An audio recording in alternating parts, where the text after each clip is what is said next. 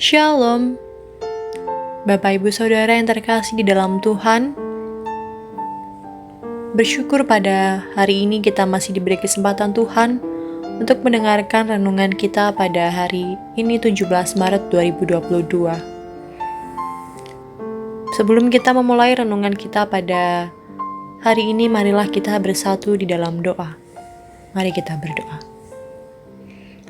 Bapa yang bertahta di dalam kerajaan surga, terima kasih Tuhan untuk berkat dan kasih karunia-Mu hari ini. Kami masih bisa menikmati hari-hari-Mu satu hari lagi. Terima kasih Tuhan, hari ini kami masih bisa mendengarkan renungan hari ini.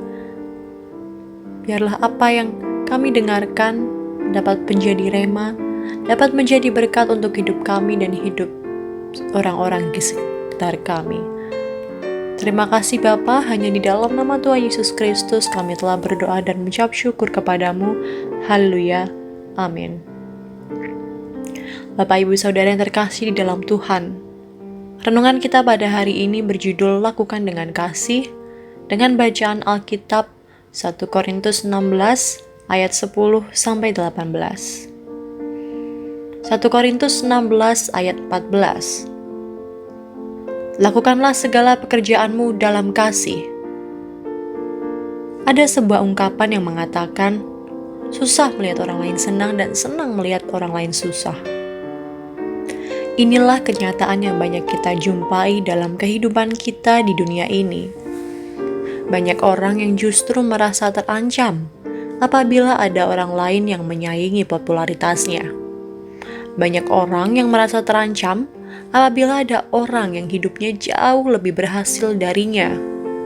Bahkan, ada juga orang yang merasa terancam ketika ada orang yang pelayanannya lebih maju, sehingga berbagai macam cara dilakukan untuk menekan orang itu agar tidak bisa maju.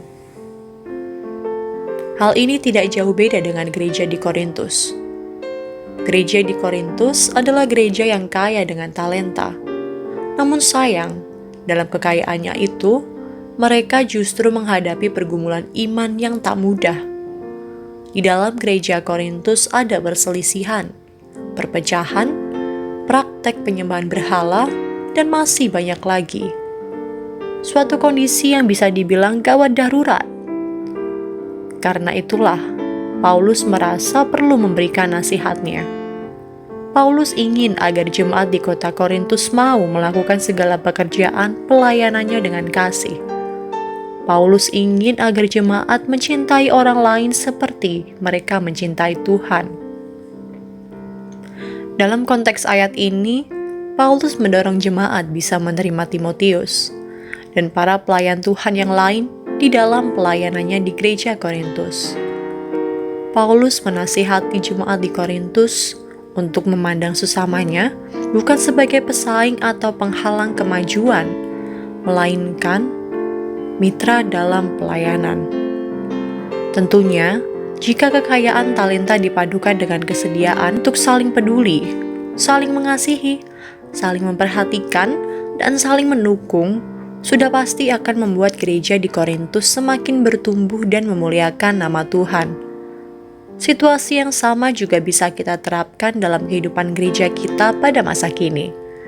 Ketika hati kita dipenuhi dengan kasih Tuhan, maka apapun yang kita lakukan pasti penuh damai dan sukacita.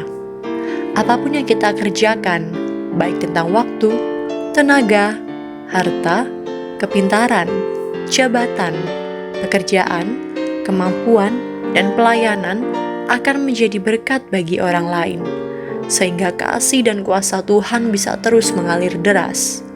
Karena itulah, biarlah kasih Tuhan selalu terpancar melalui hidup dan pelayanan kita. Intinya adalah, pekerjaan atau pelayanan apapun yang kita lakukan haruslah berdasarkan kasih Kristus. Alangkah indahnya kalau kita melakukan tugas pelayanan didasarkan kasih Tuhan Yesus. Pasti semua akan terasa sukacita dan damai sejahtera di hati. Pertanyaannya, mau atau tidak?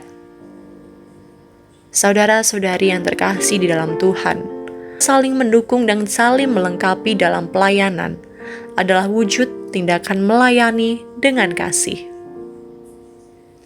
Saudara-saudari yang terkasih di dalam Tuhan, pokok doa kita pada hari ini, mari kita berdoa untuk pimpinan BPN GGBI, YBI, dan YRSBI. Demikian renungan suling kita pada hari ini, kiranya menjadi berkat untuk kita semua. Tuhan Yesus memberkati.